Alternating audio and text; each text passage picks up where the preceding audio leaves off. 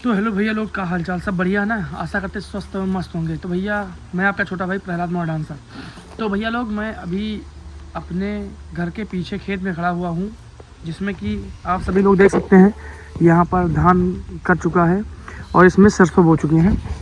तो भैया लोग, अभी हम जो है गए थे मंडी, सब्जी मंडी गए थे, वहाँ से लौटे तो सोचा एक ब्लॉग ही बना लें।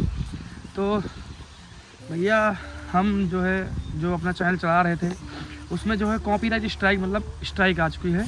हमारा क्या चैनल मतलब जो कि हमारा चैनल समझो कि गड़बड़ा चुका है चैनल, उस पर कोई अर्निंग वर्निंग नहीं होती मतलब जो है।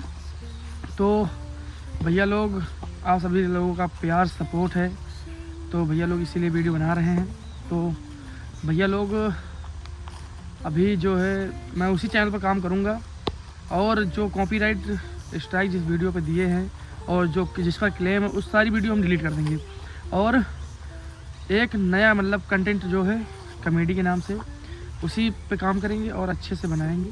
तो सबसे पहले बात तो भैया लोग, आप सभी लोग प्यार सपोर्ट बनाए रहें।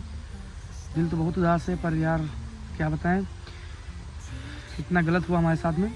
तो हम जो है मतलब काम नहीं छोड़ेंगे, करेंगे उसी पर लगातार काम करेंगे, पर आप सभी लोग प्यार सपोर्ट बनाए रहें, उसी की जो है आवश्यकता है।